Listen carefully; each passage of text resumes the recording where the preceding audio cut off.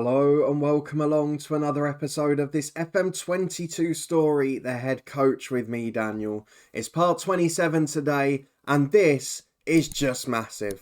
It is Wealdstone, table toppers in the National League South, v us Dover in second place, just 1 point behind them. We've got a better goal difference. Wealdstone did have that little blip to close the gap, but they're still on top. They're back in form now, and as we go head to head with them, you can only feel, with us being so much more consistent than everyone else, with us being two teams that are miles over 2 points a game, you have to feel this is a title decider. Wealdstone missing a couple through injury. We're not, but we are still very short of players. No more signings yet again, and we are edging towards the end of even the non-league transfer window. Surely something has to be done. We then back it up with a Chippenham game at home, a mid-table side who look mid-table, but are only 5 points off the playoffs. It's very tight in and around that 6th and 7th place. So if you're looking forward to seeing whether we can get success against the league leaders today and maybe even take their spot at the top of the table, please do chuck a thumbs up on the video. Subscribe down below for daily FM22 content from 2 long-term stories. We're also looking forward tomorrow to the release of Cricket 22, and we will have an Ashes Test series on the channel. So please do turn the notification bell and keep your eyes peeled for that. And of course, you can find links to all the key playlists and the Twitch channel up in the eye above. The Hemel save is going absolutely nuts. It is just crazy. So please do check that one out too. But let's crack on, because we have got the biggest game of the season. And you could argue we're not that prepared for it. If we have a look at the transfer news since you were last with me. Of course, we've not been away an awful long time, but we are coming back to a very familiar tune. Under 18 players galore and not much else. Nobody else has left the club. Few more have come in, but you know it, they're all 17 or under. Are any of them capable of helping the first team though? Doesn't look like it on the face of it. That one, not very good from Slough. The one from Dorking, absolutely awful. However, the one that is coming in potentially now, which is Mario Talaya from Bath, is apparently 1.5 star ability and a striker that, no composure, but can finish and has got pace. So might be a solution for us in the long term. Maybe even a real backup option in the short term, but we're not going to get too excited. We are so desperately disappointed by the fact that it has been exclusive under 18 signings since September. And I don't know how you can sell 2 senior centre-halves and not feel you need to replace them. But we are retraining players in lots of positions. It's been happening throughout the year. We're making sure we're as confident as possible. And I'm hopeful that it will just be enough to see us over the line. Let's have a look at the schedule to see what's been happening since you were last with me. We did, as we mentioned, throw the FA Trophy tie because it was the only way to rest enough people for the league. We were battered by Torquay, but it meant we got victories in the other games. So you were with me for Weymouth and Kingstonian. We've continued the goal scoring form and we're not letting many in. It's a great combo. We've got Hampton and Richmond away from home, Friel, Everett and Nibs all with second half goals. Home to Billericay, 2-1 victory, very much helped by a red card there. So what happened? They went 1 up. They gave away a free kick and a red card in the 46th minute. Zach Smith put the free kick in. Then after half time, he added a second. Against Torquay in the FA Trophy, I mean, just look at the side we put out. So of the players that featured, we've got Tyrrell and we've got Beanie and Burn off the bench, who are all youth players. We've got Avenel, Johnny Lai, who are sort of emergency backups. The same for Bailey Elam. We've very rarely seen him. And James Bibbo too. It was not a strong side, but it did mean that we could bounce back against Oxford City. Harvey Nibs with a penalty, Dan Cowan and Gideon could do it, getting the 3 there. Everett picked up a knock. And against Welling, it didn't matter. We won 2-0 thanks to a very early red card for Welling. And we got goals via Harvey Nibs and Ola Adabomi. At half time, it was 2-0. It was virtually game 1 at that point. What it does mean today, though, going into the Wealdstone game, is we are fighting for fitness with a few of our boys. So Everett on the left wing is back. He is okay, but his injury risk is increased, so it's not perfect at the moment. If we have a look at the medical centre, there's lots of people with heavy match loads. There's lots of people with high injury susceptibility. And Matt Everett is chief at the top of that list. Not the player we want up there. Let's go and get into the first of today's 2 games, though, because this promises to be an absolute classic.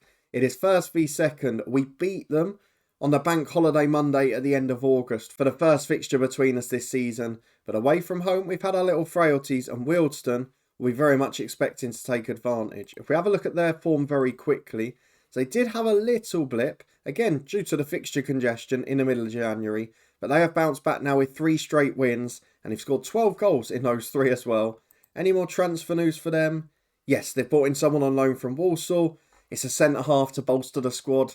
Oh, that sort of stuff really annoys me because he is the person we could really do with. If we had that centre-half, we'd be absolutely fine. It is so infuriating. But let's go and crack on with the game. The winner stays top of the league. It's as simple as that. Hopefully, it'll be a new leader. But what's the odds? We'll probably win this 5-0 and then bottle it against Chippenham, won't we? After all of this trying. Let's have a look at the lineup we're going to put out. We've got just about everyone fit. And I think we're going to stick with the lineup you can see on screen there. I'm tempted to bring in the likes of Bramble and Adebomi. But when we've got 3 games in a week, they're our most versatile players. So they're the ones I feel we need to save. There's no point setting up and trying to win this game if we then can't beat Chippenham. So this is the 11 we're going for to try and do both. It's Matthew Hall between the sticks. Cowan and Sweeney the fullbacks. Cowan is actually training at the moment to be a centre-half. Ness and Hansen, who has also trained to be a natural there, are playing at centre-back. Squires training as the anchor man. Smith and Friel in the middle. And then Kadua, Everett and Nibs, the front 3.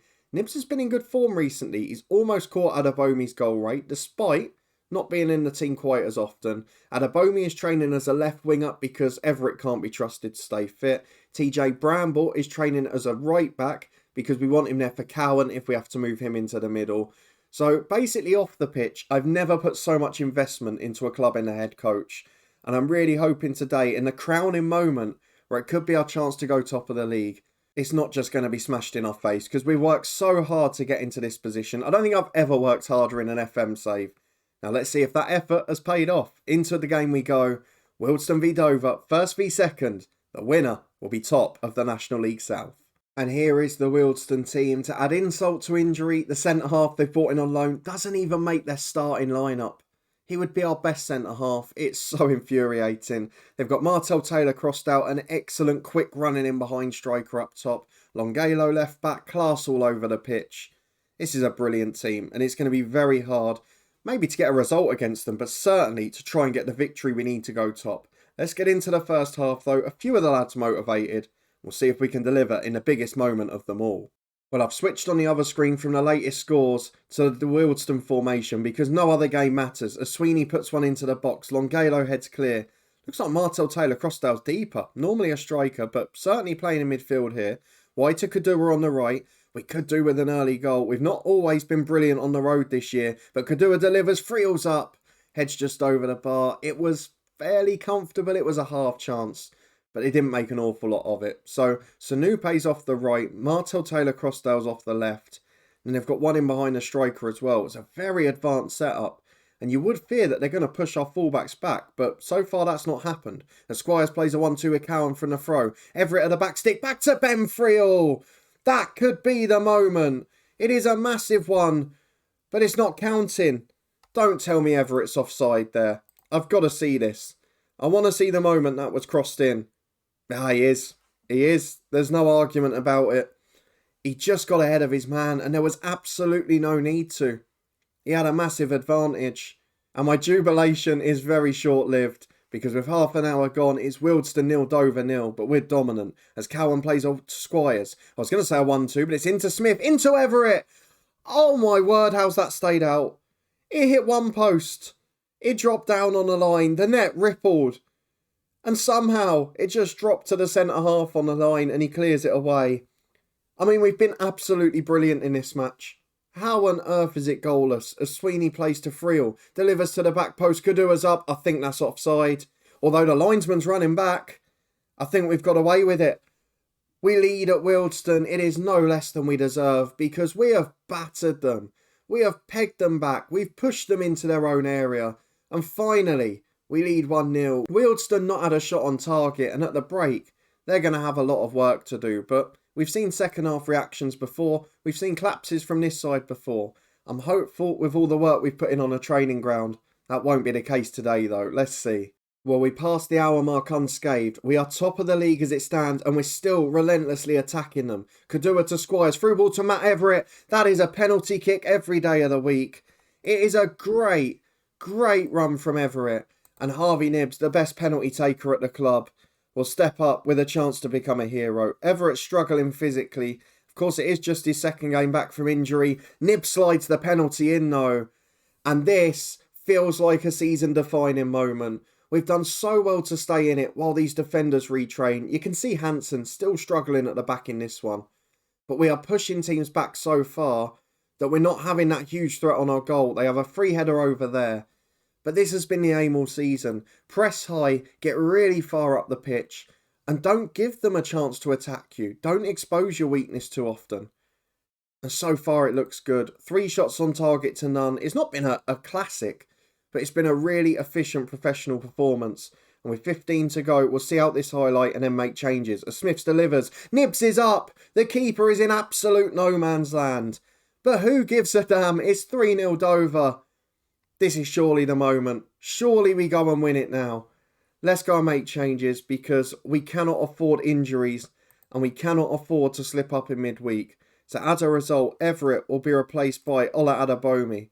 We will also bring on Bramble for Lucas Ness, who's on a yellow. We're going to tuck in Dan Cowan. And then what else can we do?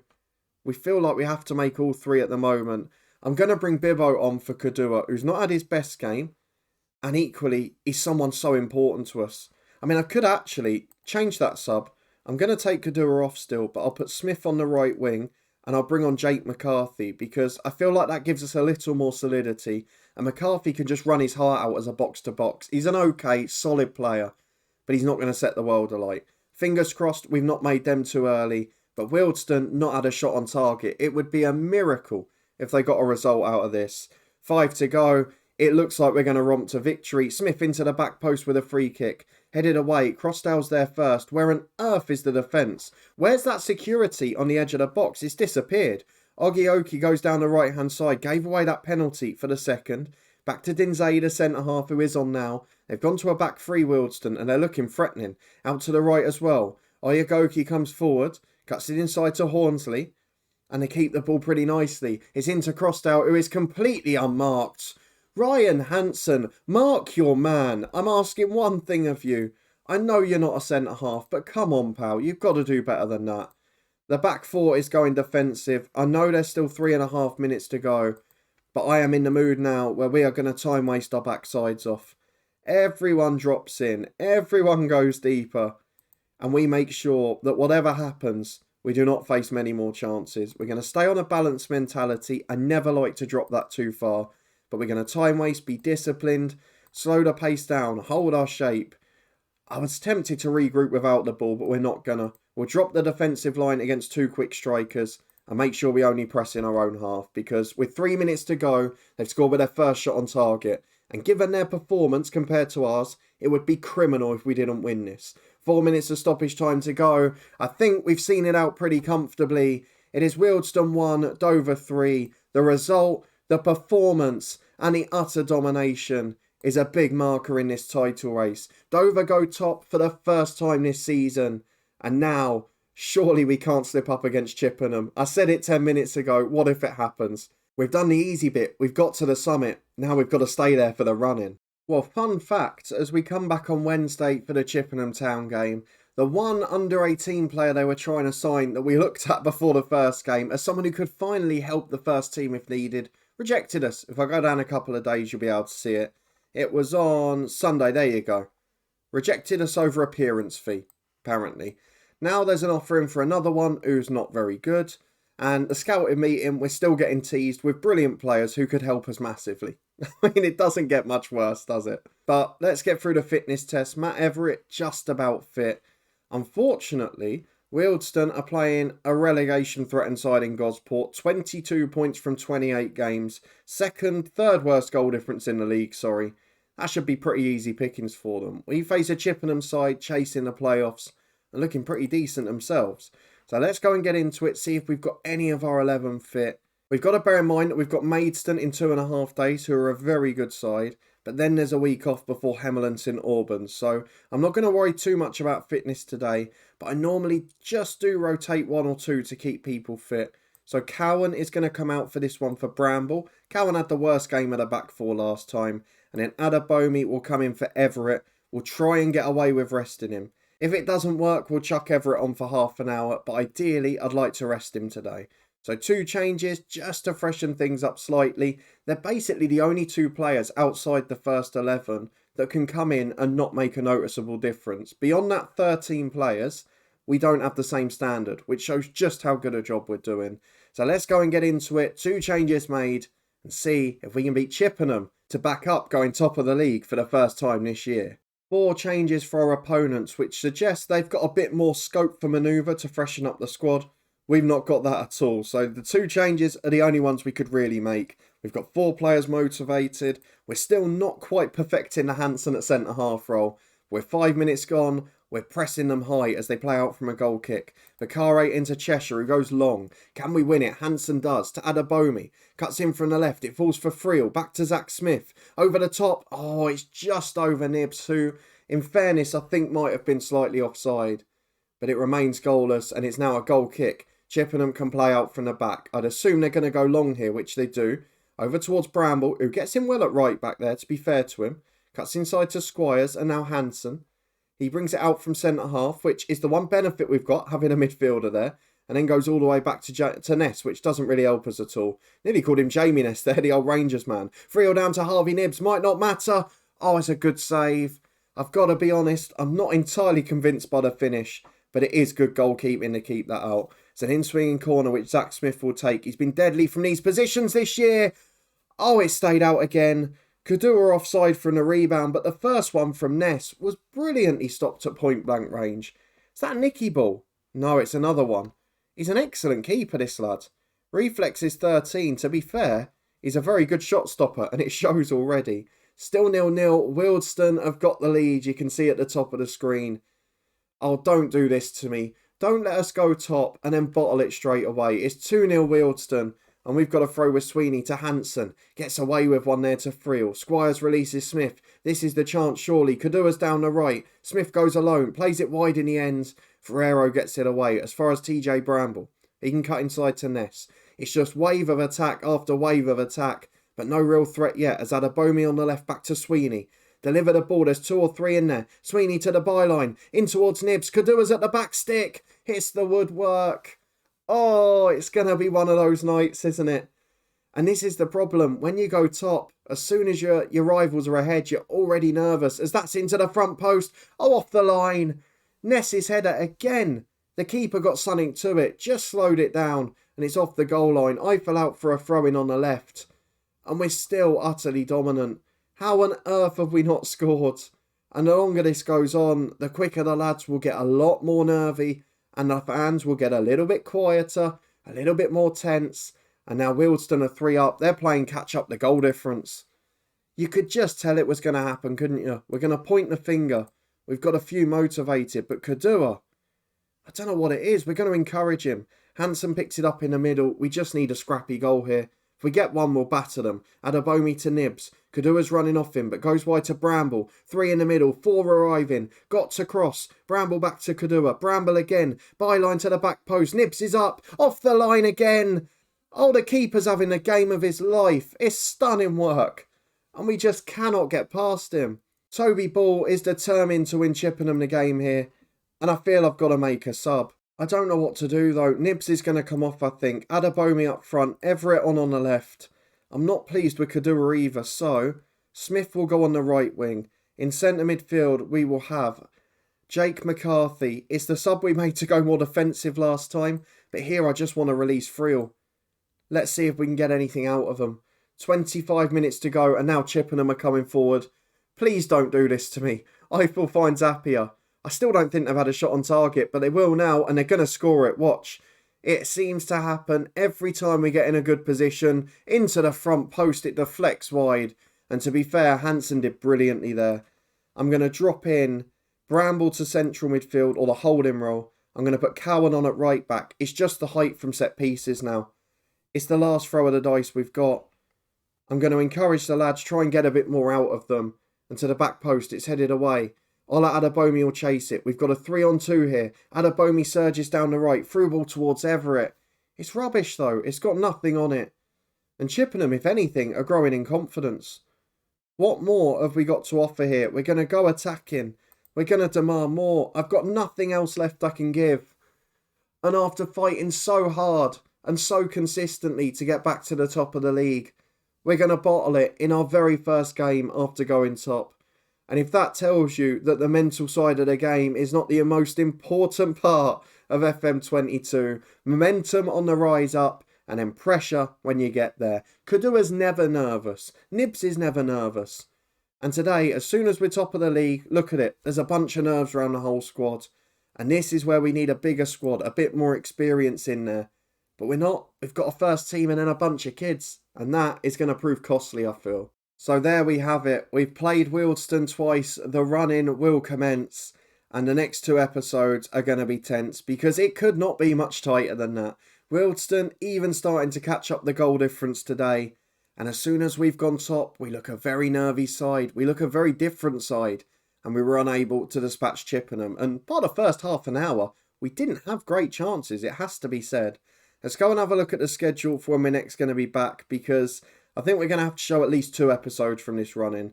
There's 17 games left. We'll obviously show the final 2. That leaves us with 15. So let's just come back in the middle. We've got Dorking, Maidenhead, Slough.